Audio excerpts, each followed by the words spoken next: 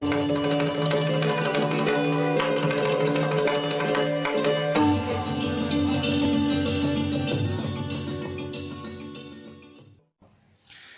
जी ये कहते हैं कि जब विशेषज्ञ चिकित्सा की बात आए, गंभीर रोग जैसे कैंसर है, डायबिटीज है, अर्थराइटिस है, तो इसमें वो कहते हैं कि भगवान ने, प्रकृति ने ऐसी व्यवस्था बनाई है कि विशेष गंभीर रोगों की चिकित्सा भी आप बहुत आसानी से, सहजता से कर सके। उसमें से उन्होंने एक जगह लिखा है कि इस पूरे ब्रह्मांड में, पूरी प्रकृति में ऐसी कई चीजें हैं जो एक साथ वात, पित्त और कफ तीनों को ठीक करने की शक्ति रखती है। एक साथ बहुत कम चीजें ऐसी हैं प्रकृति में जो वात, पित्त, कफ तीनों को एक साथ ठीक रखें। कुछ चीजें ऐसी हैं जो वात को अच्छा रखेंगी, कुछ चीजें ऐसी हैं जो पित्त को अच्छा रखेंगी, कुछ चीजें ऐसी हैं जो कफ को अच्छा रखेंगी। वात को अच्छा रखने वाली सबसे अच्छी चीज जो आपके घर में है वो है तेल। तेल वो जिसमें आप सब्जियां बनाते हैं, तेल वो जिसमें आप सब्जियां बनाते हैं।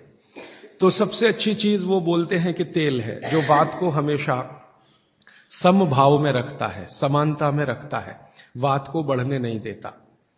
लेकिन उन्होंने एक शब्द पर जोर दिया है कि तेल का माने शुद्ध तेल। अब ये शुद्ध तेल उन्होंने लिखा 3500 साल पहले। आज के विश्लेषण में अगर हम ध्यान दें तो शुद्ध तेल का माने तेल की घानी से निकाला हुआ सीधा सीधा तेल, बिना कुछ मिलाए हुए सीधा सीधा तेल, कोई भी मशीन से निकाला हुआ सीधा सीधा तेल, उसमें कुछ नहीं मिलाया, मतलब नॉन रिफाइंड तेल। नॉन रिफाइंड तेल। अगर आप तेल खा रहे हैं तो भागवत जी का निवेदन है कि आप तेल शुद्ध खाइए, माने रिफाइंड तेल मत खाइए, डबल रिफाइंड तेल मत खाइए। अब आप कहेंगे जी क्यों नहीं खाएं, डॉक्टर तो यही बोलते हैं कि रिफाइंड खाओ, डबल रिफाइंड खाओ तो आपको हृदय घात नहीं आएगा, वगैरह वगैरह। ये जो रिफाइंड तेल है, मैंने इनको देखा है कैसे रिफाइंड किया जाता है। आप भी देख लें, कभी मौका मिले तो बहुत अच्छा होगा। किसी भी तेल को रिफाइंड करने में 6 से 7 केमिकल इस्तेमाल होते हैं और डबल रिफाइंड करने में 12 से 13 केमिकल इस्तेमाल होते हैं। वो सब केमिकल मनुष्य के द्वारा बनाए गए हैं प्रयोगशाला में। भगवान का बनाया हुआ एक भी केमिकल तेल को रिफाइंड नहीं कर सकता। भगवान का बनाया हुआ माने प्रकृति का दिया हुआ, जिसको आप अंग्रेजी में कहते हैं ऑर्गेनिक। ऑर्गेनिक एक भी केमिकल नहीं है जो तेल को साफ कर सके, एक भी केमिकल दुनिया में नहीं। जितने भी केमिकल तेल को साफ करने के लिए उपयोग किए जाते हैं वो सब इनऑर्गेनिक है, और इनऑर्गेनिक केमिकल ही दुनिया में जहर बनाते हैं और उनका कॉम्बिनेशन जहर की तरफ ही लेके जाता है।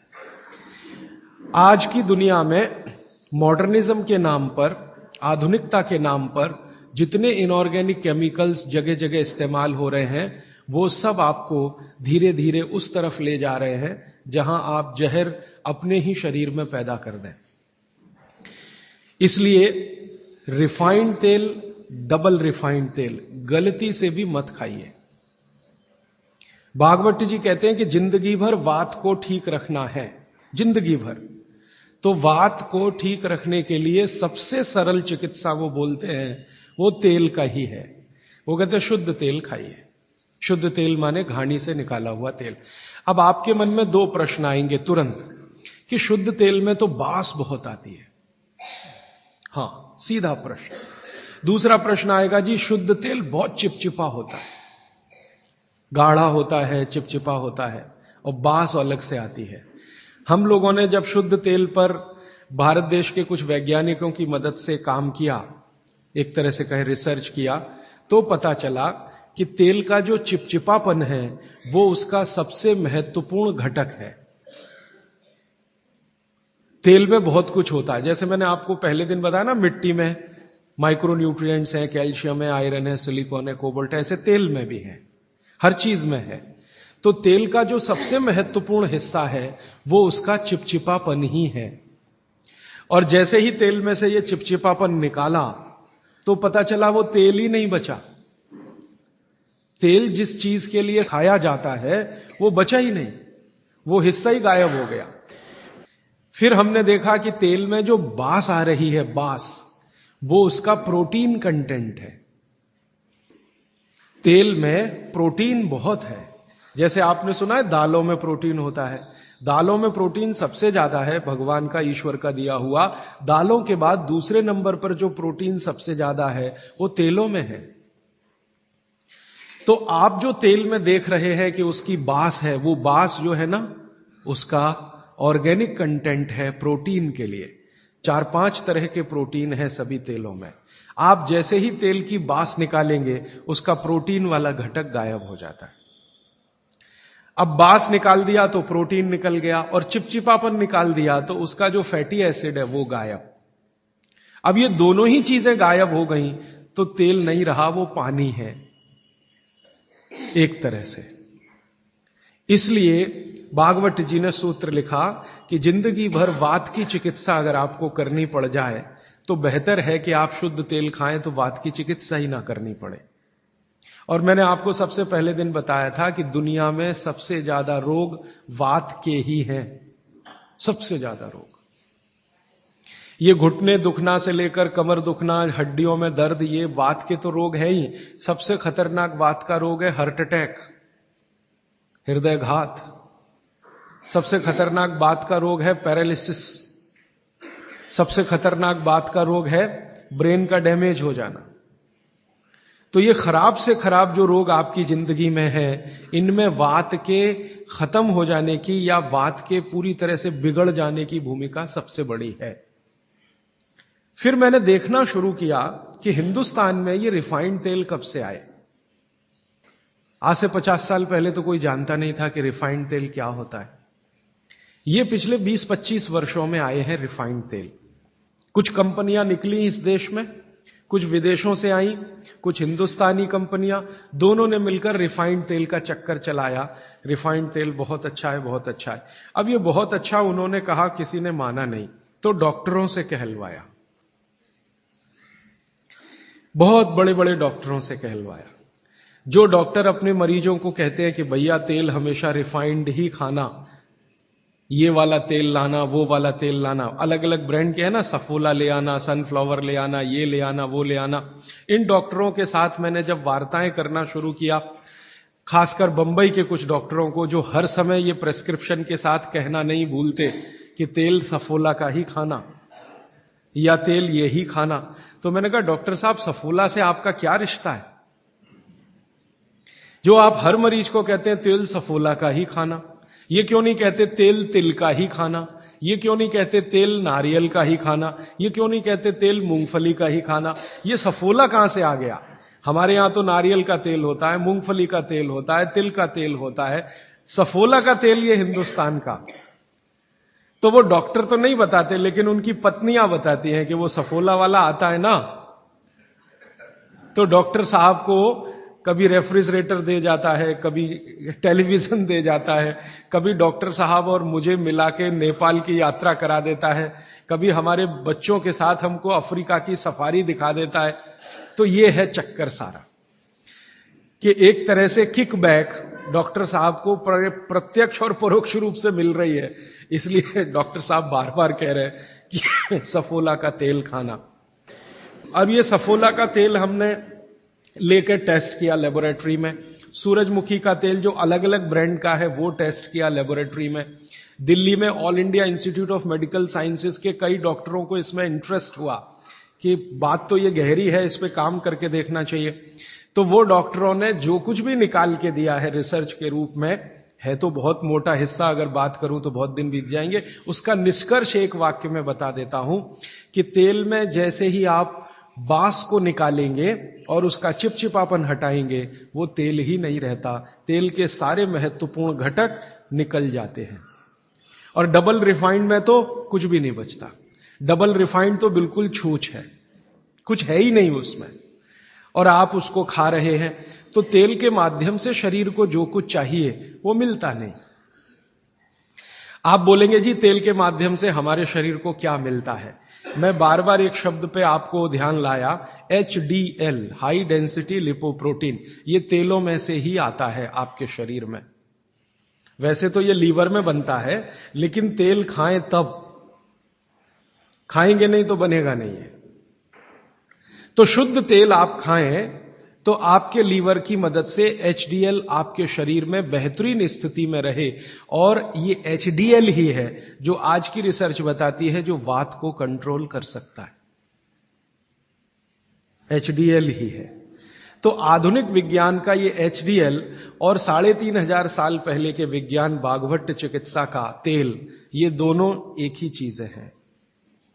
तो आप शुद्ध तेल खाएं तो HDL अच्छा रहे। HDL अच्छा रहे, जिंदगी में हार्ट अटैक आने की कोई संभावना नहीं। आप निसंकोच अपना जीवन बिताइए। फिर एक और महत्व की बात, हमने हमारे कुछ दोस्त लोग हैं इस अभियान में जुड़े हुए, उनके ऊपर एक्सपेरिमेंट किए। खासकर छत्तीसगढ़ में हमारे कुछ मित्र हैं। मैंने कहा भाई आप ऐसा करो, चिकित्सा करनी है तो बागभट्ट की करो। हाँ ठीक है करेंगे। तुम डॉक्टर बंद कर दो। हाँ बंद कर देंगे। तो ऐसे हमने कुछ हमारे दोस्त इकट्ठे किए जिनको बहुत ज्यादा समस्या है कोलेस्ट्रॉल की, बहुत ज्यादा समस्या है ट्राइग्लिसराइड की, बहुत ज्यादा समस्या है हाई बीपी की। ऐसे कुछ लोग इकट्ठे किए और छत्तीसगढ़ में ये इसलिए किया कि छत्तीसगढ़ भारत में ऐसा एक राज्य है जहां शुद्ध तेल अभी भी मिलता है। गांव गांव में तेल निकालने वाली घानियां हैं, आसानी से तेल उपलब्ध है और आसानी से सरसों भी उपलब्ध है, मूंगफली भी उपलब्ध है। तो वहां करने का ये एक ही प्रयोजन था और ये लगभग हम 3-3.5 साल से कर रहे हैं। अभी भी ये चालू है, हमारा काम बंद नहीं हुआ है। तो वहां हमने जिन जिन लोगों को शुद्ध तेल पर लाया उनका ये बंद करा दिया, रिफाइंड और डबल रिफाइंड, और शुद्ध तेल पर वो आते गए। अभी उनकी स्थिति ये है कि जब हम उनको डॉक्टर को दिखाते हैं और पुरानी रिपोर्ट लेके जाते हैं कि देखो 3 साल पहले इनकी ये रिपोर्ट थी, कोलेस्ट्रॉल इतना, ट्राइग्लिसराइड इतना, ये इतना, तो डॉक्टर कहता है ये रिपोर्ट में तो 8 दिन के ज्यादा जिंदा नहीं रहना चाहिए, हार्ट अटैक आना ही चाहिए और मरना ही चाहिए, लेकिन आप बचे कैसे हैं? तो अब रिपोर्ट ये देख लो। आज की रिपोर्ट उनको दिखाते हैं तो वो कहते हैं कि मिरेकल है, ये मिरेकल कुछ नहीं है, चमत्कार कुछ नहीं, बस एक ही है कि शुद्ध तेल खाया उन्होंने और जो तेल के घटक होते हैं वो भरपूर मात्रा में उनके शरीर को मिले, इसलिए उनके ट्राइग्लिसराइड्स लेवल कम हुए, कोलेस्ट्रॉल लेवल माने VLDL LDL कोलेस्ट्रॉल लेवल कम हुए, HDL उनका बहुत तेजी से बढ़ा, ब्लड प्रेशर उनका अपने आप कम हुआ, हार्ट अटैक आने की जो कंडीशन बनी हुई थी वो पूरी तरह से खत्म हुई। और अब इतना काम करने के बाद मुझे ये कॉन्फिडेंस हो गया है कि उनमें से 2 हमारे कार्यकर्ता तो ऐसे हैं जिनको हार्ट में भयंकर ब्लॉकेज थे, अभी चेक कराएंगे तो वो ब्लॉकेज भी नहीं मिलेंगे। ये आया रिपोर्ट और बागभट्ट जी का देखकर फिर मैंने देखना शुरू किया। आप भी जरा पुरानी चीजें याद करिए, 20 साल पहले की, 25 साल पहले की, तो हमारे घरों में बहुत सारी चीजों में बहुत बार तेल का उपयोग होता था और तेल के साथ घी का उपयोग तो और भी ज्यादा होता था। तेल और घी एक ही कैटेगरी मान लें आधुनिक विज्ञान के हिसाब से, वैसे आयुर्वेद के हिसाब से दोनों अलग कैटेगरी हैं, लेकिन 1 मिनट के लिए मान लें हम, कितने बार हम घी का उपयोग करते थे घरों में। शीरा बना रहे हैं, हलवा बना रहे हैं, बिना घी के बन नहीं रहा है, दाल में घी खा रहे हैं, रोटियों पे घी खा रहे हैं, सब्जियों में घी खा रहे हैं और फिर सब्जियां तेल में बना रहे हैं। आप जरा कल्पना तो करिए, कितनी जगह तेल तेल तेल, कितनी जगह घी घी घी। और 40 साल पहले मैंने तो नहीं सुना, पता नहीं आपने सुना, मेरे पिताजी को मैं पूछता हूं कि कितने हार्ट अटैक होते थे, तो मेरे पिताजी कहते हैं अपने परिवार में तो एक भी नहीं हुआ। शायद आप 40 साल पहले के अपने परिवारों को देखें तो आपको भी पता चलेगा किसी को नहीं हुआ। तो जब उतना हम तेल और घी उपयोग कर रहे थे अपने दैनिक जीवन में, हमको हार्ट अटैक नहीं हो रहे थे। ये पिछले 10-12 वर्षों में क्या ऐसा हो गया जो इतने हार्ट अटैक हो रहे हैं? परसों किसी ने मुझे कहा कि 17 साल के एक बच्चे ने हार्ट का ऑपरेशन कराया अभी यहां चेन्नई में, अपोलो में या पता नहीं कहां। अब 17 साल की उम्र में आपको बाईपास करवाना पड़े, एंजियोप्लास्टी करानी पड़े, ये तो दुखद स्थिति है। और ये दुखद स्थिति बहुत दिन समझने के बाद पैदा हुई है रिफाइंड तेलों से, डबल रिफाइंड तेलों से। तो बागभट्ट सूत्र के अनुसार आज मैं आपको विनती करता हूं कि जिंदगी भर वात की बीमारियों से अगर बचना है आपको तो तेल शुद्ध खाइए, तेल एकदम शुद्ध खाइए। अब आपका तुरंत अगला प्रश्न आएगा, जी चेन्नई में मिलता नहीं, दुनिया में ऐसी कोई चीज नहीं है जो कहीं ना मिले। अर्थशास्त्र ये कहता है कि आप डिमांड खड़ी करो, हर चीज की सप्लाई होती है। जब रिफाइंड और डबल रिफाइंड तेल बिक सकता है तो शुद्ध तेल भी यहीं मिलेगा। आप जितने लोग यहां बैठे हैं, अगर आप ही आज संकल्प कर लें कि हम तो शुद्ध तेल ही खाएंगे, कल से देखना बहुत सारी यहां ऑयल मिलें लग जाएंगी, तेल निकालने वाली मिलें लग जाएंगी। और अब घानी लगाना बहुत ही आसान है। पहले एक जमाना था जब घानी लगाओ तो खर्चा बहुत होता था। अब तो 20-25 हजार रुपए की छोटी मशीन आती है और उसी मशीन में सब तरह के तेल निकल सकते हैं। अलग अलग मशीन भी लगाने की जरूरत नहीं। आप चाहें तो घानी भी लगा सकते हैं, वो तो 18-20 हजार की ही आती है, बैल से चलने वाली घानी। वो अब महंगी नहीं रह गई है और बहुत आसानी से तेल निकल आता है। तो इसलिए आप तेल शुद्ध की तरफ बढ़ जाइए। और मैं आपको जो रिसर्च कहती है वो कह रहा हूं कि जिस तेल में चिपचिपापन जितना ज्यादा होगा वो आपके लिए उतना ही उपयोगी है। जिस तेल में बास जितनी ज्यादा होगी वो उतनी ही उपयोगी है। सरसों के तेल के बारे में सारे डॉक्टर्स ऑल इंडिया इंस्टीट्यूट के जो रिसर्च कर चुके हैं वो ये कहते हैं, सरसों के तेल का डब्बा मुंह पे लगाओ और जो आंख में से आंसू तुरंत ना निकलें तो समझ लो वो नकली है। उसकी इतनी तेज बास आएगी कि आंख से आंसू निकल ही आएंगे, नाक चलना आपकी शुरू हो ही जाएगी। वो कहते हैं वो उसके शुद्धता की गारंटी है। तो आप इसको अपने जीवन में ध्यान रखें। वात के रोगों को जीवन भर चिकित्सा करनी है तो तेल की मदद से ही सबसे ज्यादा उपयोगी है। और तेल खाने के तरीके आप सब जानते हैं, उन्हें बताने की जरूरत नहीं है कि सब्जी में कितना तेल डालना, दालों में या आपके दूसरे भोजन पकवानों में तेलों का किस तरह से उपयोग करना। मैंने ये देखा हिंदुस्तान में कि हमारे यहां तीज त्योहार होते हैं और हर तीज त्योहार में कुछ खास तरह के व्यंजन और पकवान बनते हैं। मैंने ये देखा है कि कुछ खास तरह के त्योहार में कुछ खास तरह का तेल उपयोग हो रहा है, दूसरे तरह के त्योहारों में दूसरे तरह का तेल उपयोग हो रहा है। उसके पीछे बड़ा साइंस है, बहुत बड़ा साइंस है, बहुत बड़ा विज्ञान है। वो विज्ञान ये है कि जैसे मान लीजिए होली के आसपास के त्योहार, चैत्र के महीने के त्योहार, फागुन और चैत्र के महीने के त्योहार। अब फागुन और चैत्र के महीने के त्योहारों में जो जो पकवान बन रहे हैं, आप उन पर अगर नजर डालें तो वो उस मौसम के हिसाब से बहुत ही अनुकूल है।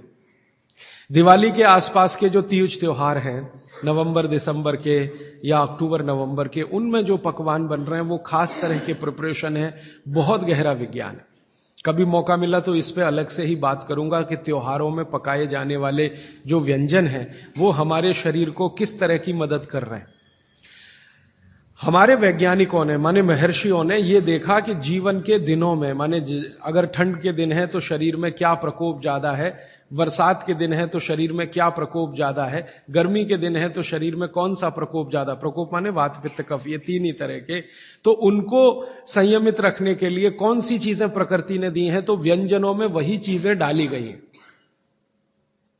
जैसे अब मैं आपको थोड़ा और स्पष्ट करता हूं, यह बात अमूर्त है लेकिन अब थोड़ी मूर्त करता हूं। सर्दी के दिनों में जितने भी त्योहार आप मनाते हैं या जितने भी त्योहारों में आप अपने जीवन को लगाते हैं, ये सब त्योहारों में आप देखो भोजन ज्यादा से ज्यादा आपके हिसाब से गरिष्ठ होता है। प्रिपरेशन कुछ इस तरह के होते हैं, जैसे आप तिल खा रहे हैं, सर्दी के दिनों में भरपूर तिल खाया जाता है और तिल के तरह तरह के व्यंजन बनाए जाते हैं। अगर आप गुजरात में रहते हैं तो अड़दिया खाया जाता है, अड़दिया। दुनिया का इससे अच्छा शायद कोई पकवान ना हो, अड़दिया जिसको कहा जाता है, उड़द की दाल का बनता है अड़दिया। ऐसे ही राजस्थान के कुछ इलाकों में विशेष पकवान है, ऐसे उत्तर प्रदेश के इलाकों में कुछ पकवान है। लेकिन अगर महसूस करें तो ये सब भारी हैं, भारी गुरुत्व है इसमें। बागभट्ट जी ने एक शब्द इस्तेमाल किया, गुरुत्व वाले पदार्थ, माने भारी हैं, आसानी से नहीं पचते, धीरे धीरे पचते। अड़दिया तो आसानी से नहीं पचेगा, तिल की चीजें भी आसानी से नहीं पचने वाली हैं।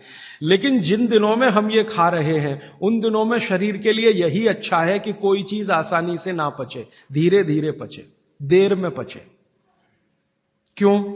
अब ये ठंडी के दिन होते हैं तो ठंडी के दिनों में शरीर में पित्त जो है ना थोड़ा कम होता है, पित्त थोड़ा कम होगा, वात ज्यादा बढ़ा हुआ रहेगा और कफ सबसे ज्यादा बढ़ा हुआ रहेगा ठंड के दिनों में।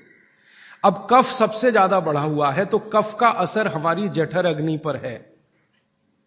अब कफ का असर जठर अग्नि पर है तो जठर अग्नि भी थोड़ी कम रहती है, थोड़ी, जो गर्मियों के दिनों में वो भड़कती है उतनी नहीं होती। तो अगर आपकी जठर अग्नि कुछ कम है, कफ के प्रभाव में है, तो आप भोजन भी ऐसे खाइए जो तुरंत पचने वाले नहीं है, धीरे धीरे पचने वाले हैं, ताकि जठर अग्नि उसके साथ मेल कर ले अपनी गति का। ऐसे समझ लो जठर की गति कम होती है तो खाया जाने वाला खाना भी कम गति से पचने वाला हो तो बहुत अच्छा है। तो सोच समझकर यह तय किया गया कि सर्दी के दिनों में तिल खाना है, सर्दी के दिनों में मूंगफली खानी है, सर्दी के दिनों में गुड़ खाना है, सर्दी के दिनों में घी सबसे ज्यादा खाया जाता है।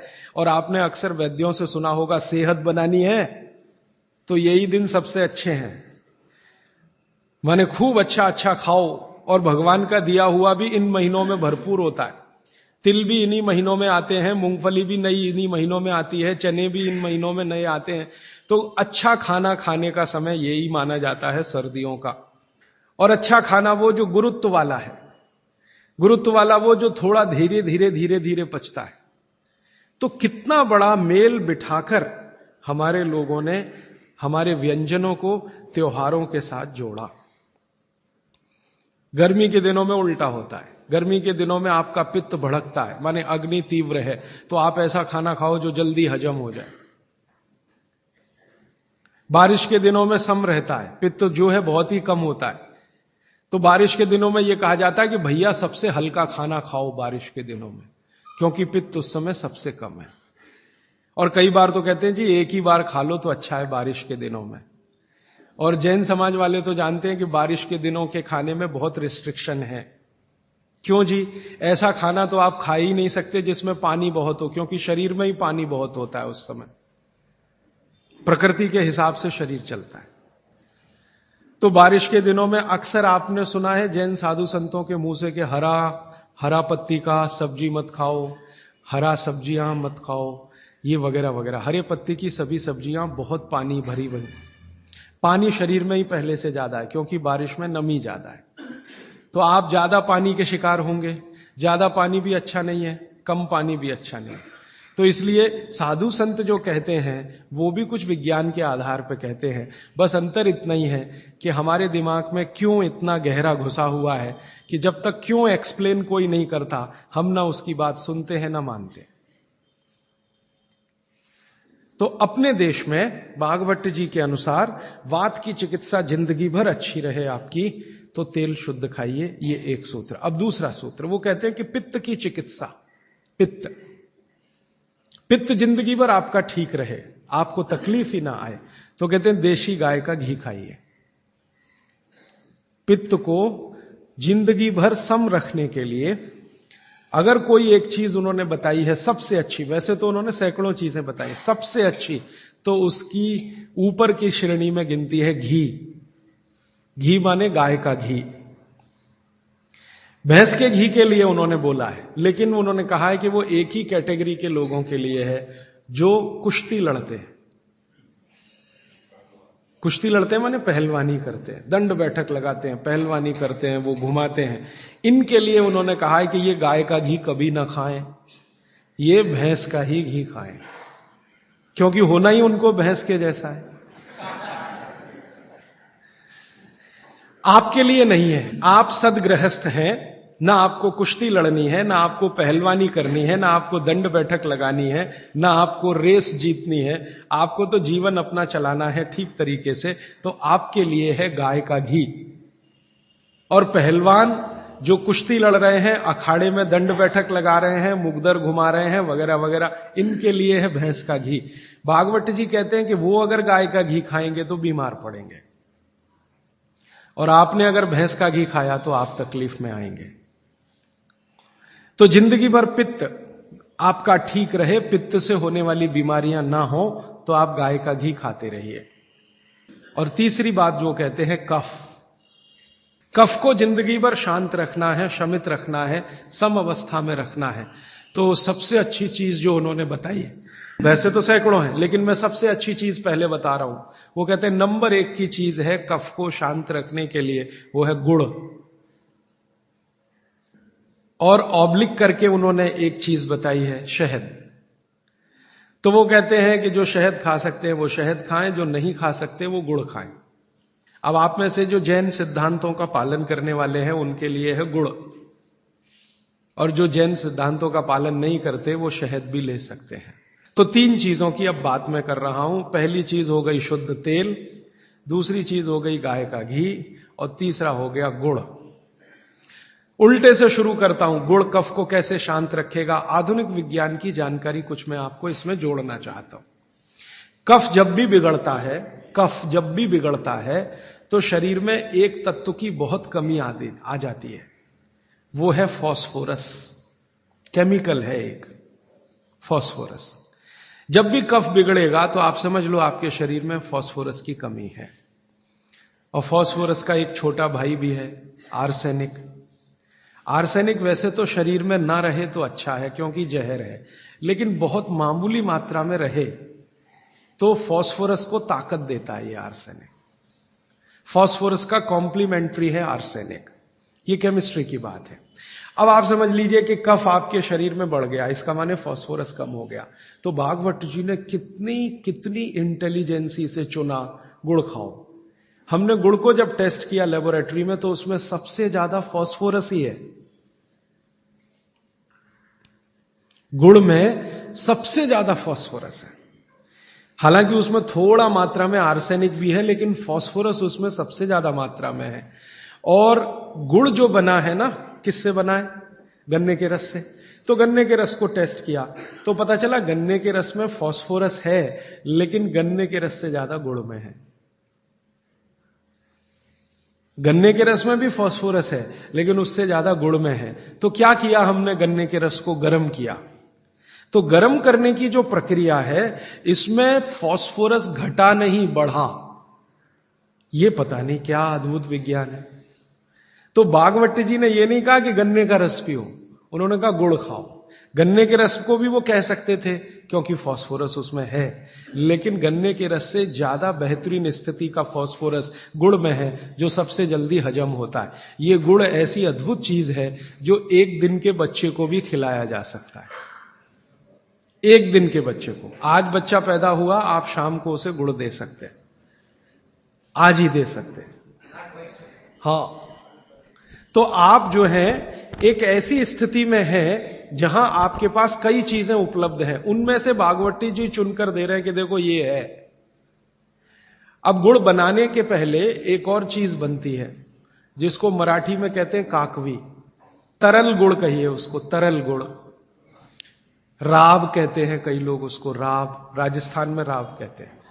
वो ये कहते हैं कि गुड़ और राब में आपके पास अगर चॉइस है तो राब खाइए, वो गुड़ से भी ज्यादा अच्छी है।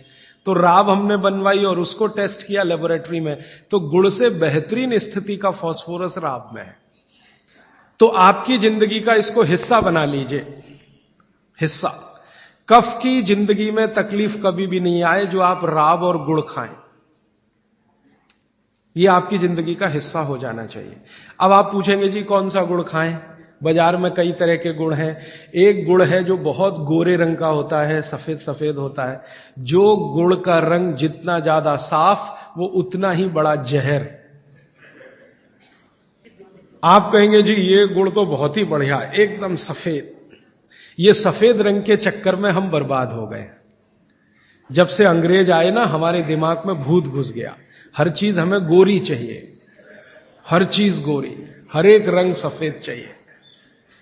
हाँ, मैं रविवार का अखबार जब पढ़ता हूं ना तो मैट्रिमोनियल कॉलम्स आते हैं, सबको गोरी पत्नी चाहिए, भले चाहने वाला चिक्कट काला हो, उसको गोरी ही चाहिए। भागवत जी कहते हैं कि प्रकृति में, आप इसको ध्यान से सुनिए, प्रकृति में जिन चीजों का रंग जितना ज्यादा सफेद है वो उतनी ही आपके लिए अनुकूल नहीं है। इसको ध्यान से समझिए। प्रकृति में जिन चीजों का रंग जितना ज्यादा सफेद है वो आपके अनुकूल नहीं है। उदाहरण के लिए भैंस का दूध बहुत सफेद है, वो पहलवान के लिए है, आपके लिए नहीं है भैंस का दूध। और गाय का दूध एकदम पीला है, पीला, सफेद नहीं है गाय का दूध, वो अनुकूलता ज्यादा है। तो प्रकृति में गन्ना है ना, गन्ने का रस कभी भी सफेद नहीं होता, आपने तो देखा है ना अच्छे से। गन्ने का रस तो हरा हरा ही होता है, फिर ये सफेदी कहां से आई? मैं आपको बहुत विनम्रता पूर्वक कहता हूं, ये सफेदी आती है निरमा वॉशिंग पाउडर से, और ज्यादा सफेदी आती है एरियल से, प्रॉक्टर एंड गैम्बल का एरियल। और आपको अब मैं जो कहने जा रहा हूं वो आप कभी विश्वास करें या ना करें, लेकिन सच यही है कि गुड़ बनाने वाले आपका जो सफेदी का लालच है ना, सफेदी के प्रति आपका मोह, उसको ध्यान में रखते हुए इतना निरमा डालते हैं, इतना वॉशिंग पाउडर उसमें डालते हैं गन्ने के रस में, कि वो गुड़ का रंग ही बदल जाता है।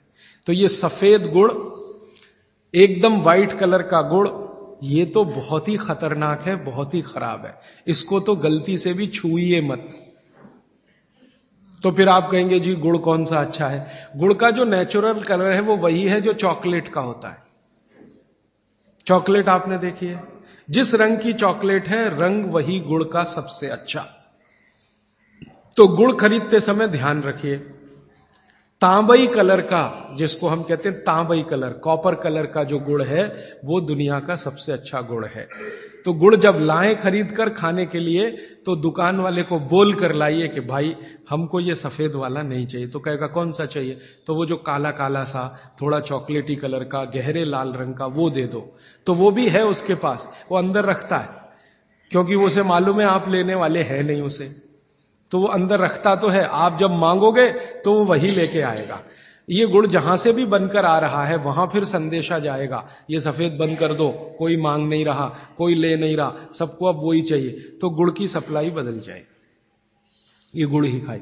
अब मैं जो और गहरी बात पे जा रहा हूं, बागभट्ट जी कहते हैं कि दुनिया में गुड़ के अतिरिक्त जो मिठाइयां हैं, गुड़ के अतिरिक्त, वो आपके लिए बहुत अच्छी नहीं है।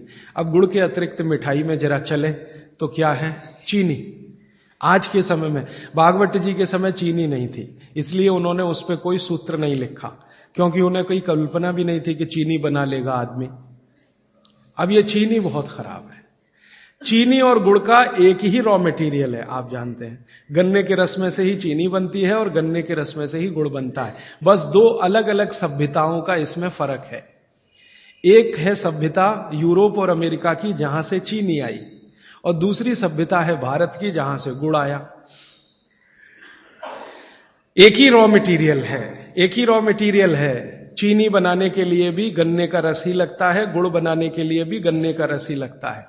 और थोड़ा सा आगे बढ़े कि एक ही रॉ मटेरियल है गेहूं का आटा, जिससे रोटी भी बनती है, पूड़ी भी बनती है, पराठा भी बनता है, उसी से पाव रोटी भी बनती है और डबल रोटी भी बनती है। ठीक है, सभ्यताओं का अंतर है, रॉ मटेरियल सेम है। गेहूं का आटा वो हिंदुस्तान में भी है, वो अमेरिका में भी है, वो कनाडा में भी है, वो भारत में भी है, लेकिन वो गेहूं के आटे से बनाते हैं पाव रोटी और डबल रोटी। हम गेहूं के आटे से बनाते हैं रोटी, पूड़ी या पराठा या आदि आदि बहुत सारी चीजें। अंतर क्या है जी? अंतर प्रोसेस का है, प्रक्रिया का अंतर, प्रक्रिया का अंतर है। रॉ मटेरियल सेम है, एंड प्रोडक्ट भी सेम है, खाए जाने के लिए बन रहा है, लेकिन प्रक्रिया अलग अलग है। वो रोटी बनाएंगे तो पहले आटे को सड़ाएंगे, फर्मेंट करेंगे, और आटे को सड़ा सड़ा के पुराना पुराना कर करके फिर उसमें से पाव रोटी ही बनेगी। रोटी तो बन नहीं पाएगी, क्योंकि आटे के फर्मेंटेशन के बाद रोटी बनना मुश्किल होता है उसमें। और हम आटे को पानी में गूंदेंगे और तत्काल उसकी प्रक्रिया करके रोटी बना लेंगे।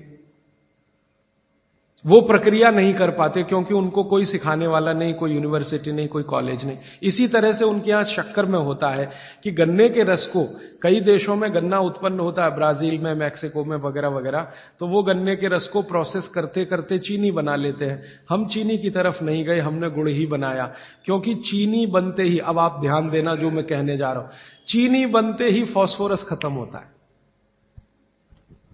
चीनी बनते ही फास्फोरस खत्म होता है, और आपको चाहिए फास्फोरस कफ का शमन करने के लिए।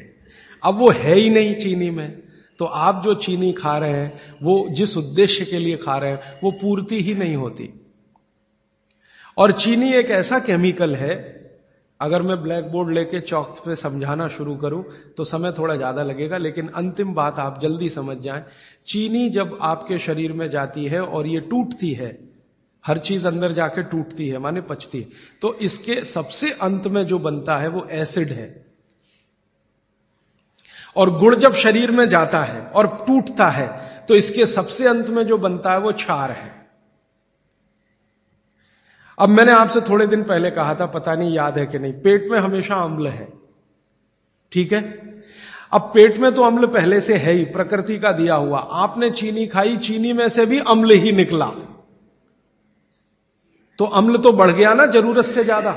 और ये बढ़ा हुआ अम्ल अगर पेट में आपके है तो ये खून में भी जाएगा, आप इसे रोक नहीं सकते, क्योंकि पेट में जो है वो खून में भी जाएगा। और खून में अम्ल बढ़ता ही गया। रोज आपने 1 चम्मच चीनी खाई, 2 चम्मच चीनी खाई, 3 चम्मच चीनी खाई, हर दिन उसमें से अम्ल निकल रहा है, और पेट का अम्ल भी उसमें जुड़ रहा है, फिर निकल रहा है, फिर जुड़ रहा है, फिर निकल रहा है। फिर 10 साल का हिसाब निकालो, 20 साल का निकालो, 30 साल का निकालो, आपका दिमाग घूम जाए।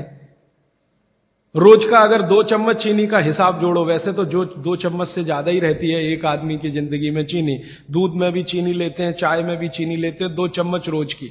2 चम्मच माने हो गई लगभग 10 ग्राम के आसपास।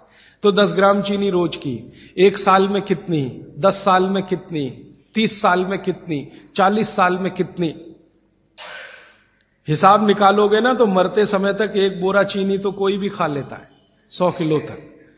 अब इतनी चीनी खा के जो एसिड बनेगा वो कहां जाएगा? बेचारा आपका किडनी जितना निकाल सकता है वो निकालने की कोशिश करेगा, लेकिन सब नहीं निकाल पाया, तो ये रक्त में ही रहेगा। और यही एसिड है जो वात के रोग आपको पैदा करेगा। तो इसलिए चीनी और गुड़ एक ही चीज में से बनने वाली 2 मीठी वस्तुएं हैं, लेकिन गुड़ में क्या है? गुड़ जब आप खाएंगे, फास्फोरस किसी भी चीज में रहे, क्षारपन ही रखता है वो उस चीज को, माने उसमें एल्केलाइन की प्रॉपर्टी ही रहती है। तो गुड़ कितना भी खाएंगे क्षार ही बनेगा, और वो क्षार पेट के अम्ल को बैलेंस करता रहेगा। तो पेट की अम्लता बढ़ने नहीं पाएगी, तो जिंदगी आपकी सुखद और निरोगी होती जाएगी।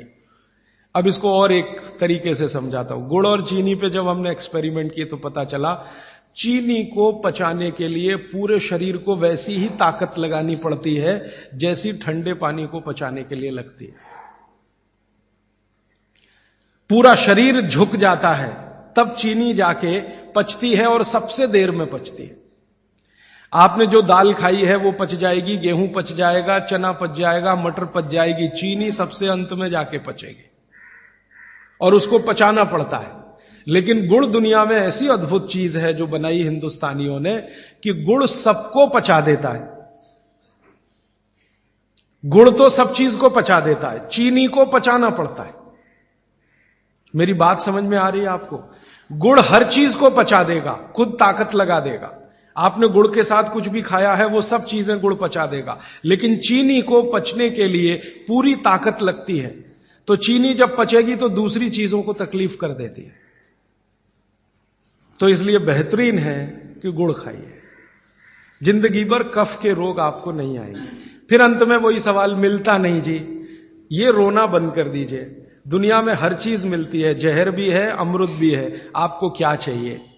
और आज की दुनिया है ना, आज की दुनिया माने आज का मार्केट, माने आज की इकोनॉमिक्स, वो बायर्स इकोनॉमिक्स है, कंज्यूमर्स इकोनॉमिक्स है।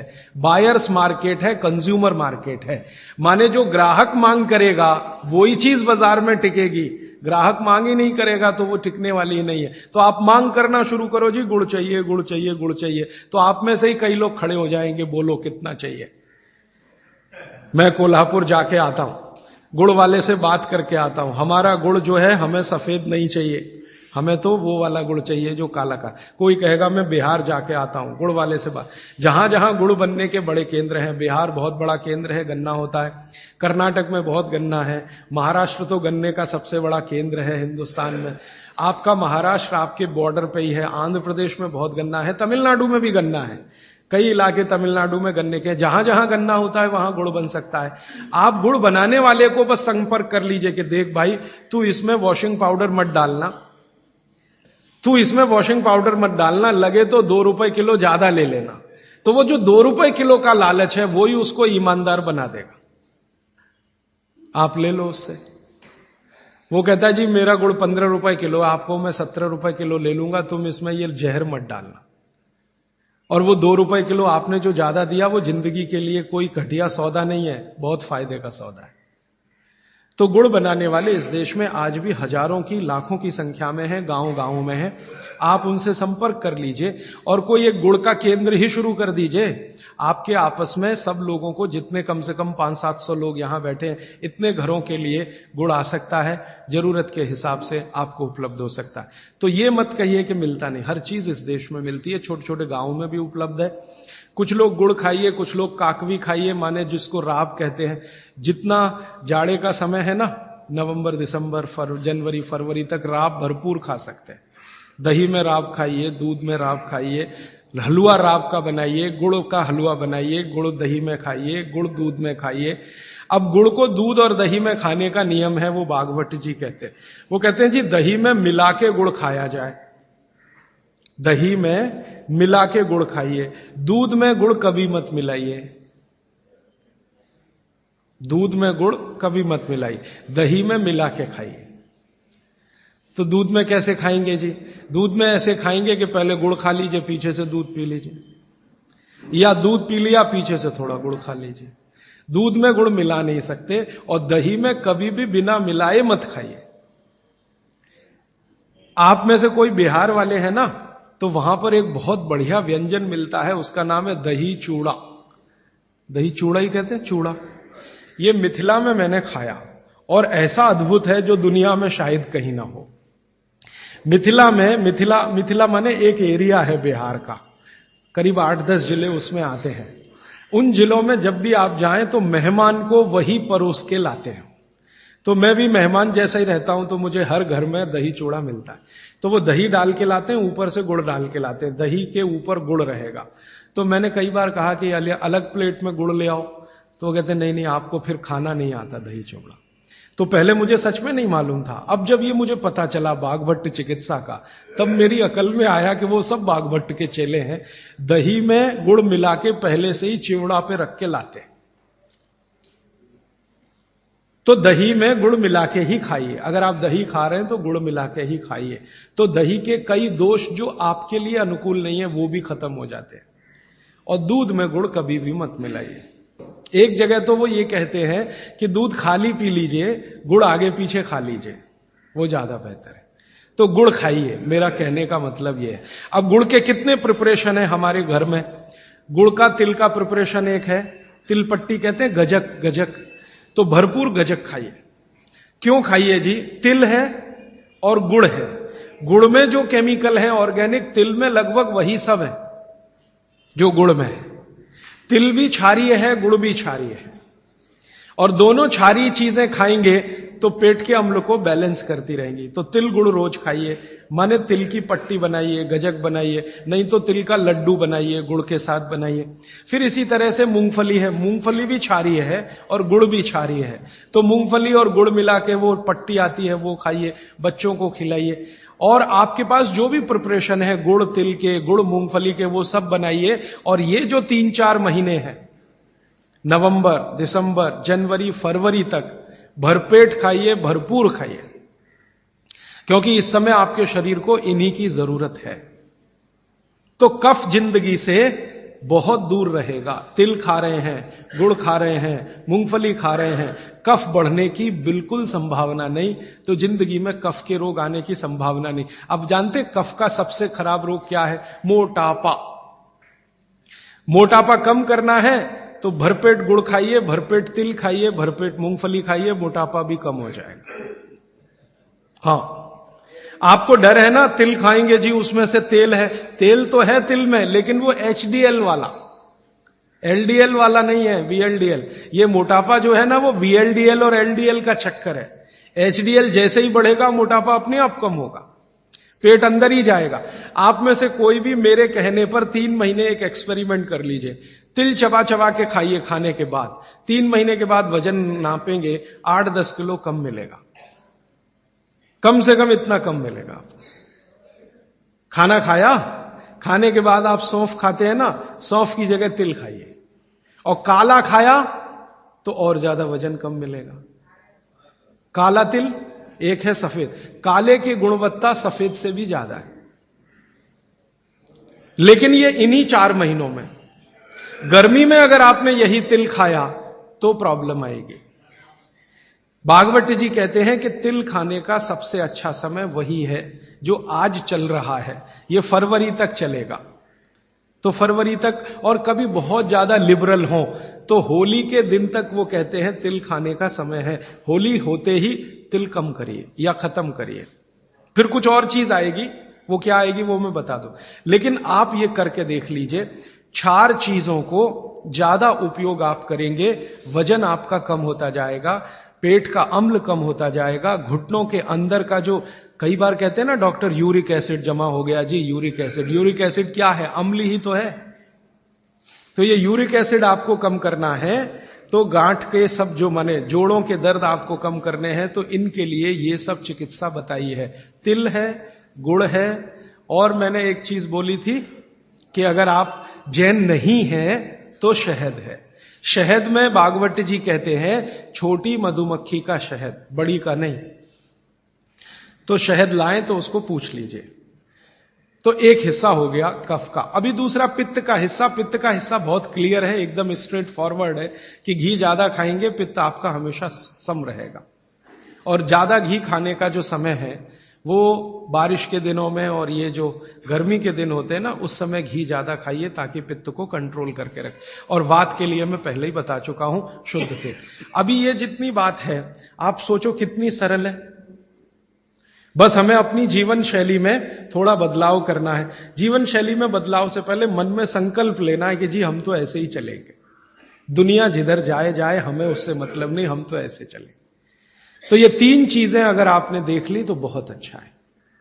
अब थोड़ा आगे चलें। अब और दूसरी चीजों पे मैं चलता हूं कि और कौन कौन सी चीजें हैं जो आपके आसपास हैं और आपके वात पित्त कफ तीनों को सम पे लाने में मदद कर सकती है। ये तीनों समभाग में रहें तो अच्छा होता है।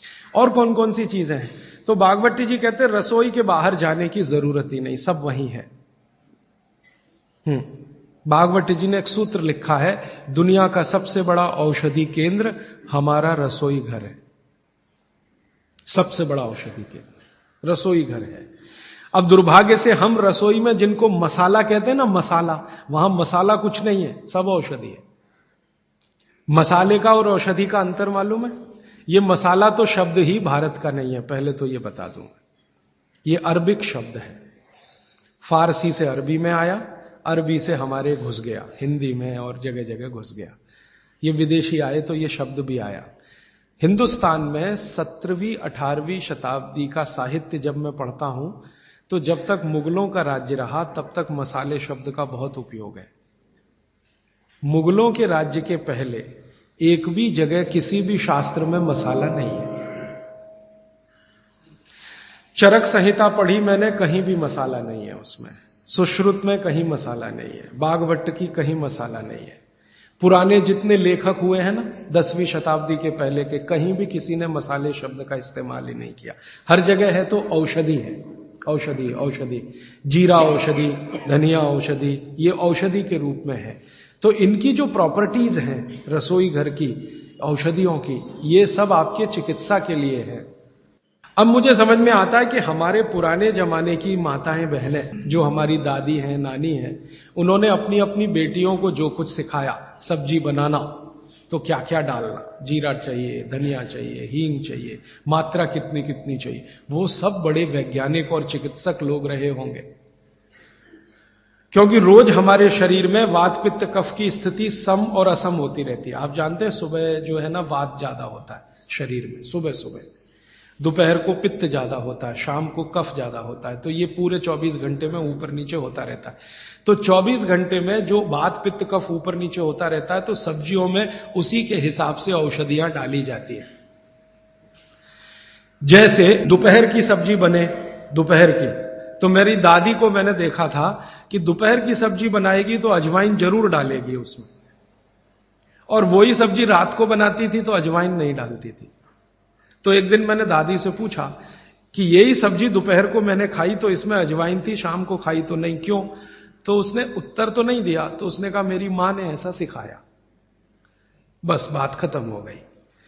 अब उस समय मैं भी मान लिया कि ठीक है, उसकी मां ने सिखाया। अब जब मैंने काम शुरू किया ये चिकित्सा पर, तब मेरे समझ में आया कि अजवाइन जो है पित्तनाशक है।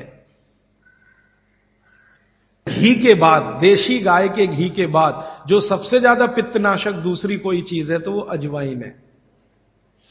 और दोपहर को पित्त भड़कता है, आप जानते हैं, और वो स्वाभाविक है क्योंकि खाना खाने के लिए पित्त भड़कना ही चाहिए। तो उस समय अजवाइन डाली जाती है सब्जी में, क्योंकि दोपहर को ही शरीर को अजवाइन की जरूरत होती है पित्त को सम पे लाने के लिए। तो भारत में ज्यादातर माताएं बहनें ये बात जानती हैं कि दोपहर की सब्जी में अजवाइन चाहिए। दोपहर का दही है ना, दही का मट्ठा, उसमें भी अजवाइन का बघार लगता है। दोपहर की जितनी भी चीजें हैं ज्यादातर अजवाइन ग्रस्त होती हैं या अजवाइन से बनती हैं, क्योंकि पित्त को सम पे रखना है। तो आप सोचो, जो लोग ये कर रहे हैं वो बिना कहे कितना बड़ा काम कर रहे हैं, हमने उसका वैल्यूएशन नहीं किया, ये हमारी मूर्खता। हमारे यहां तो एक बहुत बड़ा दुष्कर्म इस देश में हुआ है। अंग्रेजों के हम गुलाम हो गए, तो सब कुछ हम भूल गए, अपनी चीजें। अंग्रेजों ने जो सिखाया वही हमें याद है।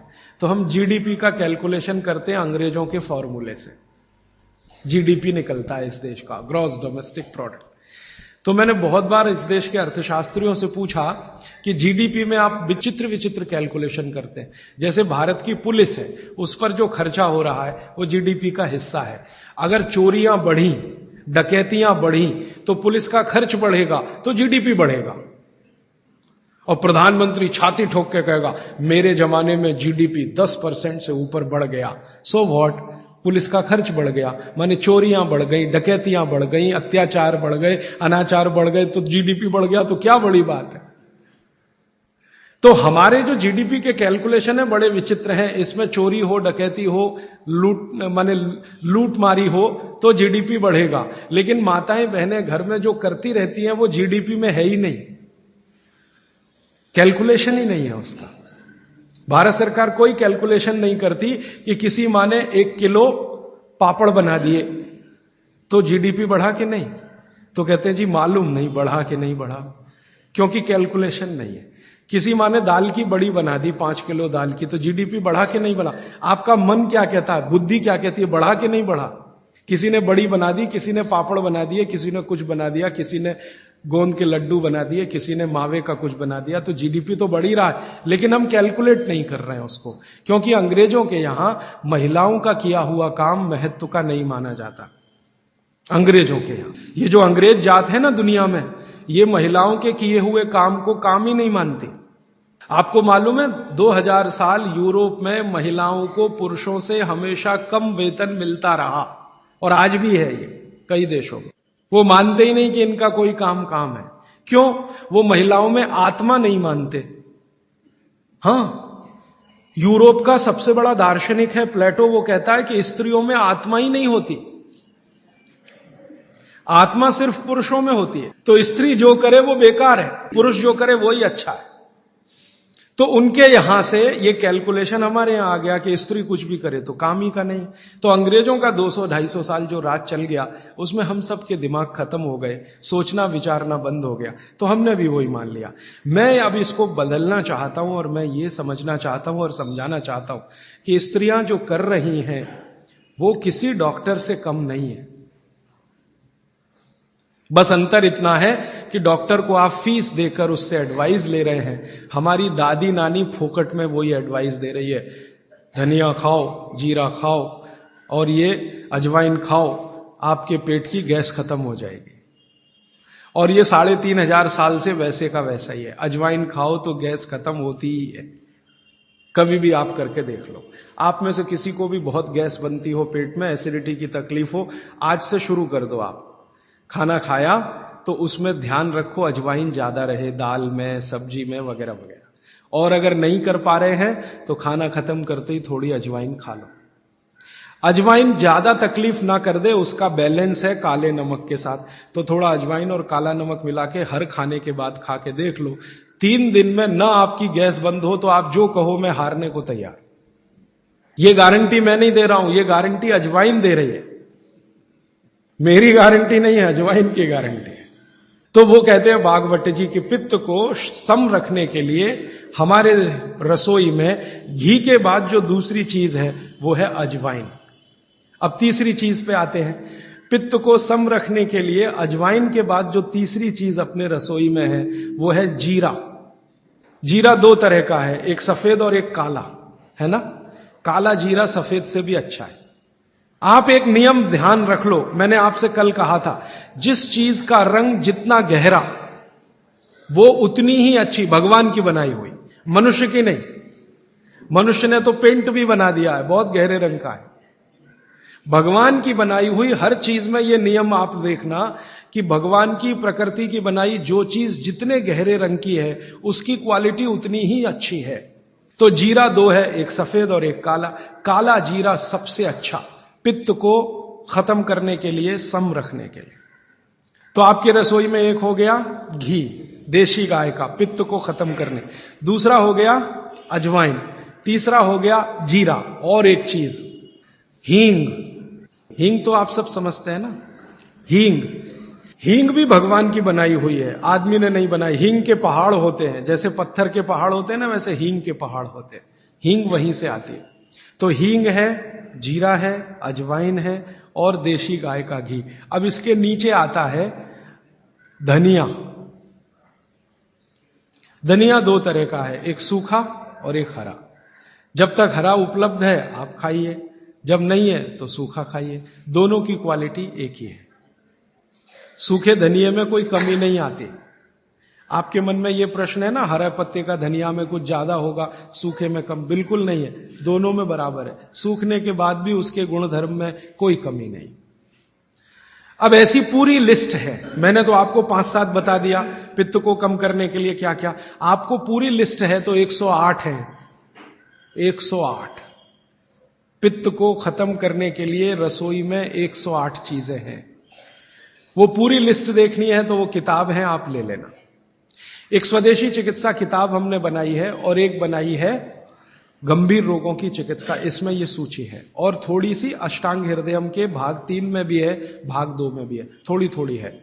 थोड़ा आगे बढ़े, कफ की सूची मैंने बताई आपको। कफ में सबसे अच्छी चीज है गुड़। गुड़ के बाद दूसरे नंबर पर है शहद। जैन है तो शहद मत खाइए, ये मेरी भी विनती है आपको, क्योंकि नहीं तो मैं पाप का भागीदार बनूंगा जो आपसे कहूं कि शहद खाओ, और मुझे तो मोक्ष में जाना है, तो पाप की गठरी क्यों ला दूं। तो आप जैन है तो बिल्कुल शहद मत खाइए। अजैन है माने जैन नहीं है, तो आप कोशिश करिए कम से कम खाएं, ना खाएं तो और भी अच्छा, क्योंकि अपने पास शहद का विकल्प है गुड़। जब गुड़ ना रहे तब सोचें। इसी तरह कफ को कम करने की और क्या चीज है अपने रसोई में। कफ को कम करने की दूसरी जो सबसे अच्छी चीज बताई भागवत जी ने वो है सौंठ। सौंठ, सौंठ का ही एक दूसरा रूप है अदरक। अदरक से अच्छी है सौंठ। कारण क्या है, अदरक जब सूख जाता है तभी सौंठ बनती है, और अदरक का सूखने के बाद गुण बढ़ जाता है। हां, ताजा अदरक है ना, उसका गुण जितना नहीं है, सूखे हुए अदरक माने सौंठ का गुण लगभग 100 गुना बढ़ता है। इसलिए सौंठ अदरक से हमेशा अच्छी है। तो कफ खत्म करने के लिए रसोई घर में एक हो गया गुड़, दूसरी हो सौंठ, सौंठ का ऑब्लिक अदरक। अब तीसरी चीज जो सबसे अच्छी, पान। पान माने पान का पत्ता, जो आप पान खाते हैं ना, पान, ये कफ दूर करने की सबसे उत्तम औषधि। लेकिन पान भी वही चक्कर आएगा। कौन सा पान? जो गहरे रंग का। हर चीज में ये नियम है, गहरे रंग का। गहरे रंग का आप उसको कहो जी देशी पान, तो देशी पान। गहरे रंग का पान जिसका रंग बहुत गहरा हरा, एकदम काला जैसा हो तो और भी अच्छा। ये पान कफ नाशक है, बहुत ही जबरदस्त चीज है ये पान। और पान और सौंठ का बेस्ट कॉम्बिनेशन है। पान खा रहे हैं तो सौंठ डाल के खा सकते हैं, अदरक डाल के खा सकते हैं। जैन है तो सौंठ खाइए, नहीं है तो अदरक खाइए। पान, अदरक, सौंठ और ऊपर से आया गुड़। गुड़ भी मिला के पान में खाया जा सकता है। वो आप डालते ना गुलकंद, गुलकंद, गुलकंद। गुलकंद माने क्या है? गुलाब के फूल, उसकी पंखुड़ियां, उसका तो रस या उसका कुछ प्रिपरेशन प्रोसेस से। ये भी सबसे ज्यादा कफ नाशक है। अब आप देखो, जो जो चीजें पान में पड़ रही हैं वो सब कफनाशक हैं। पान बनाने वाले सब बाघभट्ट के चेले, बिना जाने ये काम कर रहे हैं। गुलकंद आपको पान में डाल के दे रहे हैं, सौंफ सौंफ सौंफ, ये भी कफनाशक है, सौंफ। फिर उसके आगे मैं बता रहा हूं प्रायोरिटी से, सबसे अच्छा कफनाशक गुड़, फिर उसके नीचे, फिर उसके नीचे। अब सौंफ के नीचे जिसका नंबर है वो है लौंग, लवंग कहिए, लौंग कहिए। और ऐसे ही ये सूची बढ़ाते जाएं तो इसमें करीब 100 चीजें हैं जो कफनाशक हैं हमारे रसोई में। ठीक है, अब आ जाइए वात पर। वात पर मैंने सबसे अच्छी चीज बता दी है तेल, शुद्ध तेल। शुद्ध तेल वातनाशक है। और अब जो दूसरी बात मैं कहने जा रहा हूं, इसको मैं संक्षेप में उपसंहार के रूप में कह रहा हूं कि जिन चीजों में भी पानी की मात्रा ज्यादा हो वो सभी वातनाशक हैं। जिन चीजों में भी पानी की मात्रा ज्यादा हो वो सभी वातनाशक है। जैसे दूध, आप जानते हैं दूध में तो सबसे ज्यादा पानी ही है ना। दूध को फाड़ के देख लो, सॉलिड मटेरियल तो थोड़ा ही निकलता है ना, बाकी तो पानी ही रह जाता है। तो दूध में बहुत पानी है। तो जिन चीजों में पानी ज्यादा है, भागवत जी ने सूत्र ऐसे लिखा है कि पानी युक्त चीजें, जल युक्त चीजें सभी वातनाशक हैं। तो दूध हो गया, दूध के बाद दही, दही में भी पानी ही है, आप जानते हैं। और छाछ तो सबसे ज्यादा पानी वाली है। जूस जो आप इस्तेमाल करते हैं, सभी जूस वातनाशक है। सभी जूस, संतरे का, मौसम्मी का, गन्ने का तो बहुत ही अच्छा है, अंगूर का, टमाटर का, वगैरह वगैरह, ये सब जूस वातनाशक है। तो सब तरह के जूस, दूध, दही, छाछ, ये सब वातनाशक चीजें हमारे घरों में हैं। अब आखिरी चीज भागवत जी कहते हैं कि वातनाशक, पित्तनाशक और कफनाशक ऐसी चीजें दुनिया में एक साथ मिले हैं, बहुत रेयर, बहुत रेयर। वो कहते हैं कि बहुत चीजें दुनिया में हैं, कोई वात का नाश करेगा, कोई पित्त का, कोई कफ का, लेकिन कोई ऐसी चीजें भी अपने रसोई में हैं जो तीनों को नाश कर सकती हैं। उनमें से नंबर 1 है आंवला। आंवला। फिर दूसरा है हरडे, और तीसरा है बहेड़ा, और तीनों मिला के बनता है त्रिफला। ये जो त्रिफला है ना, भागवत जी इसकी इतनी बढ़ाई करते हैं, इतनी प्रशंसा उन्होंने लिखी है कि खाली त्रिफला पर ही उनके 120 से ज्यादा सूत्र हैं। 120 से ज्यादा अकेले त्रिफला पर। त्रिफला को इसके साथ खाओ, त्रिफला को उसके साथ खाओ, त्रिफला को ऐसे खाओ, त्रिफला को 120 से ज्यादा सूत्र है अकेले त्रिफला पर। और वो ये कहते हैं कि ये जो त्रिफला है, इसमें सबसे अच्छा फल आंवला, फिर बहेड़ा, फिर हरडे। ये सबसे दुनिया में अद्भुत चीज है। लेकिन इसकी मात्रा के बारे में उन्होंने जो कहा है वो ध्यान रखिए। ज्यादातर लोग त्रिफला इस्तेमाल करते हैं, करिए, बहुत अच्छा है, लेकिन मात्रा ध्यान रखिए। हम क्या करते हैं कि हर, बहेड़ा, आंवला तीनों बराबर मात्रा में मिला के त्रिफला बनाते हैं। वो कहते हैं कि ये उतना उपयोगी नहीं है, और हमने करके भी देखा। वो कहते हैं कि त्रिफला सबसे अच्छा होता है 1, 2, 3 के अनुपात में। पहला है हरडे 1 अनुपात, दूसरा है बहेड़ा 2 अनुपात, और तीसरा है आंवला 3 अनुपात। अब इसको मात्रा में कहूं, अगर त्रिफला बनाना है तो हरडे लेना 100 ग्राम, बहेड़ा लेना 200 ग्राम, और आंवला लेना 300 ग्राम। तो ये 100, 200, 300 ग्राम की मात्रा में आप जो त्रिफला चूर्ण तैयार करेंगे, वो कहते हैं ये अद्भुत है, वात, पित्त, कफ तीनों का नाश करता है, तीनों का। अब वात, पित्त, कफ तीनों से आप अगर ग्रसित हैं तो आप त्रिफला जरूर लीजिए। कैसे लाएं? त्रिफला लेने के 2 नियम बताए उन्होंने, एक रात को और एक सवेरे। सवेरे का नियम उनका यह है कि सवेरे सवेरे अगर त्रिफला खाएं तो गुड़ के साथ, नहीं तो शहद के साथ, गुड़ या शहद। वैसे ही आप तय कर लीजिए, जैन है तो गुड़, अजैन है तो शहद। तो सवेरे का त्रिफला खाएं तो गुड़ या शहद के साथ, रात का त्रिफला खाएं तो दूध के साथ या गर्म पानी के साथ। त्रिफला तो एक ही है ना, सवेरे भी त्रिफला ही खा रहे हैं, रात को भी। लेकिन बागवती जी कहते हैं असर अलग अलग है दोनों के। रात को जो आप त्रिफला खाएंगे दूध के साथ या गर्म पानी के साथ, तो ये त्रिफला रेचक है। रेचक शब्द उन्होंने इस्तेमाल, रेचक माने पेट को साफ करने वाला, बड़ी आंत की सफाई करने वाला, शरीर के सब अंगों की सफाई करने वाला, झाड़ू लगाने वाला जो व्यक्ति, वो रेचक। तो कहते हैं रात को अगर त्रिफला आप ले रहे हैं दूध के साथ या गर्म पानी के साथ, तो ये रेचक है। माने ये एक ही काम सबसे ज्यादा करेगा कि आपकी कब्जियत मिटा देगा। कितनी भी पुरानी कब्जियत है मिटा देगा, 40 साल पुरानी भी मिटा देगा रात को। और जो दिन को त्रिफला खाया सवेरे गुड़ के साथ, तो वो कहते हैं ये पोषक है। एक शब्द है रेचक और एक है पोषक। पोषक माने शरीर को जो कुछ चाहिए, विटामिन सी चाहिए, विटामिन ए चाहिए, विटामिन डी चाहिए, या विटामिन के चाहिए, या कोई विटामिन चाहिए, या हमें माइक्रो न्यूट्रिएंट्स चाहिए शरीर को, कैल्शियम चाहिए, आयरन चाहिए, वगैरह वगैरह। तो शरीर को अगर पोषकता चाहिए तो त्रिफला सवेरे खाना, और शरीर में आप मानते हैं कि हमारी कब्जियत ठीक करने के लिए तो त्रिफला रात को खाना। दोनों समय के त्रिफले में बिल्कुल अलग तरह के परिणाम आते हैं। तो जो कहें हम तो स्वस्थ हैं जी, तो सवेरे ही त्रिफला खाओ, स्वस्थ हैं तो। और जो कुछ बीमारियां हैं आपको, तो रात को खाओ। ठीक है? मात्रा ध्यान रखना, 1, 2, 3 सम मात्रा का त्रिफला बहुत रेयर केस में इस्तेमाल होता है।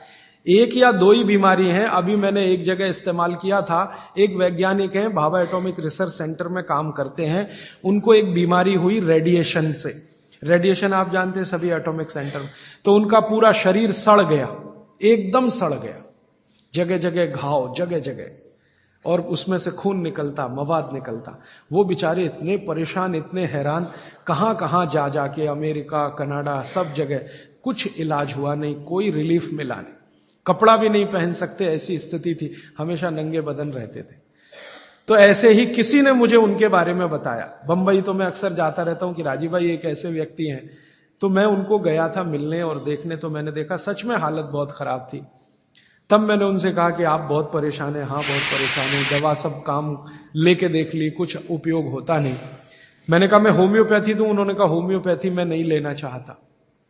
तो मैं पूछा चलो आप फिर एक काम करो, त्रिफला चूर्ण खाओ बस, और कुछ मत करो। तो उन्होंने त्रिफला चूर्ण शुरू किया। ये मैंने बताया 1, 2, 3 शुरू किया। 3-4 महीने में रिजल्ट बहुत थोड़ा आया, थोड़ा आया। फिर मैंने कहा मात्रा बदल के देखते हैं। फिर उनकी सम मात्रा की मैंने, बराबर जितनी मात्रा आंवला, बराबर उतनी मात्रा बहेड़ा, बराबर उतनी हरडे। अभी स्थिति यह है कि वो बिल्कुल ठीक है। 1-1.25 साल उनको हुआ त्रिफला खाते खाते, बिल्कुल ठीक है, और पहले से ज्यादा प्रफुल्लित है, पहले से ज्यादा एनर्जेटिक है। जब आंवले में हरडा, बहेड़ा और आंवले को 1, 2, 3 के अनुपात में हम रखते हैं, तो आंवला ज्यादा है। आप निश्चित रूप से देखें, 3 मात्रा है, आंवला ज्यादा है। आंवला माने विटामिन सी का भंडार, आंवला माने कैल्शियम का भंडार, आंवला माने ये, आंवला माने वो। तो अब जब बीमारी उनको रेडिएशन की थी, तो ऑलरेडी उनके शरीर का विटामिन सी बढ़ा हुआ है, क्योंकि रेडिएशन से वो एक्स्ट्रा होता है। तो हमने देखा आंवला अगर मात्रा उनके साथ है तो वो काम नहीं कर पा रहा है इतना, जब 3 मात्रा का है, क्योंकि जो चीज पहले से बढ़ी है वो और बढ़ाएगा। तो फिर हमने इसको कम कर दिया, हरडे और बहेड़ा को बढ़ा दिया, तो सम हुआ, तो रिजल्ट तुरंत आ गया। तो ये रेडिएशन जैसे गंभीर बीमारियों में, कैंसर जैसे गंभीर बीमारियों में इस तरह का उपयोग होता है आंवला, हरडे, बहेड़े का बराबर मात्रा में। लेकिन बाकी जो साधारण बीमारियां हैं उनमें 1, 2, 3 ही रहता है, क्योंकि आपको कई जगह कैल्शियम की जरूरत है, विटामिन सी की भी। जितने लोग मोटे हैं उतना शरीर में विटामिन सी कम, जितने लोग मोटे हैं उतना कैल्शियम कम। तो कैल्शियम कम है, विटामिन सी कम है, तो मैं आपसे कहूंगा ही कि आंवला 3 मात्रा में लो, तो वो बढ़े, तो बाकी चीजें कम हो। तो ये चक्कर है, ये थोड़ा टेक्निकल प्रोसेस है आप, लेकिन समझ जाएं, सरल भाषा में मैंने कोशिश की है बताने की। आप जानते हैं रेडिएशन का दुनिया में इलाज नहीं है। ये उदाहरण मैंने जानबूझ के दिया, ऐसे सैकड़ों उदाहरण है मेरे पास। रेडिएशन का दुनिया में इलाज नहीं है, लेकिन त्रिफला चूर्ण के पास उसका इलाज है। अगर यही त्रिफला चूर्ण अमेरिका में हुआ होता ना, यूरोप में हुआ होता, तो अब तक इस पर पेटेंट लेकर करोड़ों डॉलर कमाए होते उन्होंने। ये हमारे यहां प्रचंड मात्रा में है, हर घर में है, हर गांव में है, इसलिए हमें इसकी कीमत नहीं मालूम। मैं आपसे फिर कह रहा हूं, आपके सोचने का नजरिया बदल दीजिए। प्रकृति ने जो चीजें प्रचंड मात्रा में हमको दी हैं वो उतनी ही कीमती हैं। वो प्रकृति की हमारे ऊपर कृपा है जो हमारी जरूरत के हिसाब से दी है। आंवले का इतना उत्पादन इस देश में होता है, आप जानते हैं। बहेड़ा इतना मिलता है, हरडे इतना मिलता है, और लगभग फोकट की स्थिति में मिलता है। अब पता नहीं कौन कौन लोग उसी आंवले को 200-250 रुपए किलो च्यवनप्राश बना के बेच लेते। ये जो च्यवनप्राश है ना, ये त्रिफला चूर्ण से कई कई गुना नीचा है। च्यवनप्राश पे जितना खर्चा कर रहे हैं उससे बहुत कम खर्चे में आप त्रिफला खाइए, च्यवनप्राश से भी ज्यादा असर है। तो मेरी आपको आज के लिए ये आखिरी सूत्र थी कि आप अपने जीवन में वात पित्त कफ तीनों को सम रखना चाहते हैं तो आंवला, हरडे, बहेड़ा, हरडे, बहेड़ा, आंवला, इन तीनों का उपयोग करना सीख लीजिए। घर में हमेशा इसको डब्बे में बना के पाउडर के रूप में रख लीजिए। अब आप कहेंगे इन तीनों को एक साथ खाएं, आप अकेला आंवला भी खा सकते हैं। आंवला तीनों दोष दूर करता है, वात पित्त कफ। हरडे तीनों दोष दूर करता है, वात पित्त कफ। और बहेड़ा तीनों दोष दूर करता है, वात पित्त कफ। इसलिए भागवत जी कहते हैं सर्वोत्तम फल यही है, आंवला, हरडे, बहेड़ा। दूसरे फलों से कई गुने ज्यादा ताकतवर यही फल है, आंवला, हरडे, बहेड़ा। अब आपको आखिरी एक छोटी सी बात कह दूं कि आप में से किसी को भी यह तकलीफ है कि आपके शरीर में मेद बढ़ा हुआ है, मेद माने मांस बढ़ा हुआ है, बहुत लोग परेशान है, मोटापा मोटापा, मेद माने कफ बढ़ा हुआ है, सीधी सी बात, तो आप त्रिफला खाइए। कब खाना है? आपको रात को नहीं खाना है, सवेरे खाना है। जिनको भी मांस बढ़ा है शरीर पर, मेद बढ़ा है, उनको अगर छाटना है, इसको कम करना है, तो त्रिफला सवेरे खाना, आंवला सवेरे खाना। आप त्रिफला नहीं खा सकते तो आंवला ही खा लीजिए। 4 आंवले 3 आंवले रोज खा लीजिए। आंवले को मुरब्बा बना के खा लीजिए, मुरब्बा को और आंवले का अचार बना के खा लीजिए, आंवले की चटनी बना के खा लीजिए, जैसे भी है आंवला खा लीजिए। 3 से 4 आंवला जितना होता है ये पेट में जाते रहे तो साल भर में आप देखोगे आप पहले से ज्यादा स्लिम और ट्रिम हो जाएंगे। और आंवले के बारे में आज के जो वैज्ञानिक कह रहे हैं, आज के, वो कहते हैं कि दुनिया का सबसे अच्छा एंटीऑक्सीडेंटल फल कोई है तो वो यही है। एंटीऑक्सीडेंट माने जो ऑक्सीडेशन की क्रिया को कम करे, और शरीर में हमेशा ऑक्सीडेशन चलता है। ऑक्सीडेशन में उम्र कम होती है, शरीर के हर अंग का क्षय होता है। तो अगर उम्र बढ़ानी है और अंगों का क्षय बचाना है तो आंवले से अच्छी कोई चीज नहीं। दैनिक जीवन में भोजन में इसको जरूर धारण करिए। भागवत जी कहते हैं कि जब त्रिफला खाएं, आंवले के बारे में तो वो कुछ नहीं कहते, वो कहते हैं साल भर खाओ, 2 साल खाओ, रोज खाओ, कोई दिक्कत। त्रिफला खाएं तो 3 महीने लगातार खाने के बाद थोड़े दिन छोड़ देना।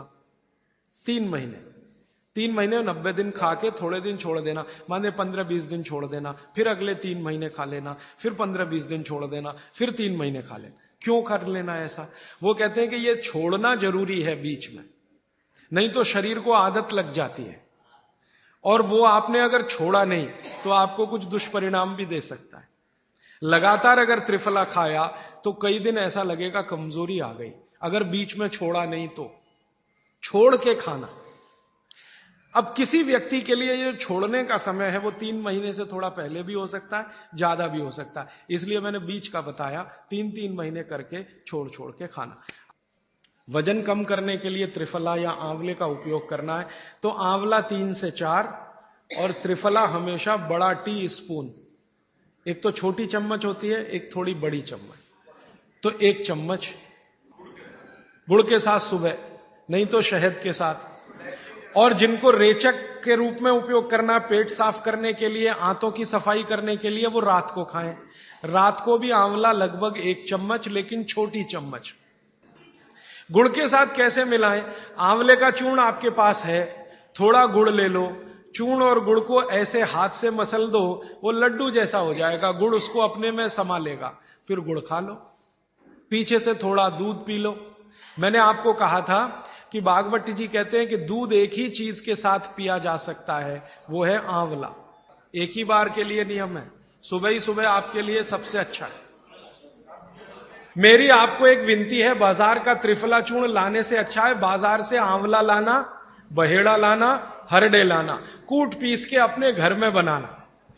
क्योंकि बाजार में कई बार बहुत सारी चीजें हैं जो कॉमर्शलाइज हो चुकी हैं और उनके असर अगर कम हुए तो आप भागवत को गाली देंगे। इसलिए रॉ मटेरियल लाके घर में तैयार करना, कूट पीस के। गुड़ आप डायबिटीज में खाइए, भरपेट आंवले के साथ खाइए, त्रिफला के साथ खाइए, कोई तकलीफ नहीं। शुगर ना खाएं। आप भगवान की दी गई जो शक्कर है, ईश्वर की दी गई शक्कर है, जूस में है, फल में है, वो आपको शायद मालूम है या नहीं। शक्कर जो है ना, शुगर, इसके कई रूप हैं। एक है ग्लूकोज, एक है सुक्रोज, एक है फ्रक्टोज। तो ये जो फल वगैरह की शक्कर है, ये फ्रक्टोज फॉर्म की ज्यादा होती है और ये आसानी से डाइजेस्ट होती है। गुड़ की भी उसी कैटेगरी में आती है। तो आप चीनी मत खाइए, गुड़ खा सकते हैं, शहद खा सकते हैं, फल खा सकते हैं। मीठे कोई भी फल खाने में तकलीफ नहीं है, बशर्ते कि त्रिफला खाते रहें, थोड़ा त्रिफला लेते। जिनको भी डायबिटीज है वो भी त्रिफला का सेवन करें, क्योंकि डायबिटीज मैंने कहा ना वात का रोग है, तो वात कम करेगा। त्रिफला में तीनों चीज हैं जो वात नाशक हैं, आंवला, हरडा, बहेड़ा। मैं अब थोड़ा बता ही दूं, बवासीर अगर किसी को है, ठीक करने के लिए त्रिफला लेना चाहते हैं तो रात को लें। मूढ़ व्याध, पाइल्स जिसको आप कहते हैं, हेमोरॉइड्स, वो जब भी ठीक करने के लिए त्रिफला लें तो रात को लें। बगंदर, ये ठीक करने के लिए त्रिफला लें तो रात को लें। माने मेरे कहने का है, पेट से जुड़ी बीमारियां ठीक करने के लिए त्रिफला उपयोग करना है तो रात को। चम्मच एक छोटी, दूध के साथ या गर्म पानी के साथ। और अगर आपको मांस कम करना है, कफ नाशक बीमारियां, कफ से जुड़ी हुई